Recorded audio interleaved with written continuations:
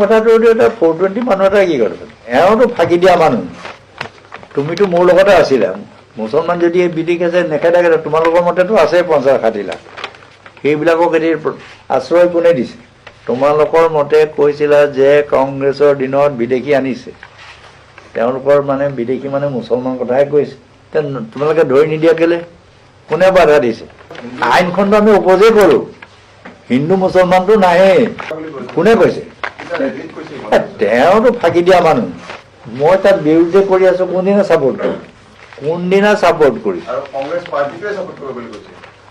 ক'ত আমি অপোজে কৰি আছো তেওঁৰ কথাটো এটা 420 মানুহ এটা কি কৰিছে কিন্তু কালি ইফালে গৈ কল্পকেলে এতিয়া কয় হেমন্ত বিশ্ব শৰ্মাক যদি বিশ্বাস কৰে কাৰোবাৰ কিন্তু মোদীকে দেখোন গালি পাৰিছিল তেজত হেৰি যায় মোকে গুণ গাই থাকে তাৰপিছত মোৰ কি কয় ৰাহুল গান্ধীক কয় বোলে মই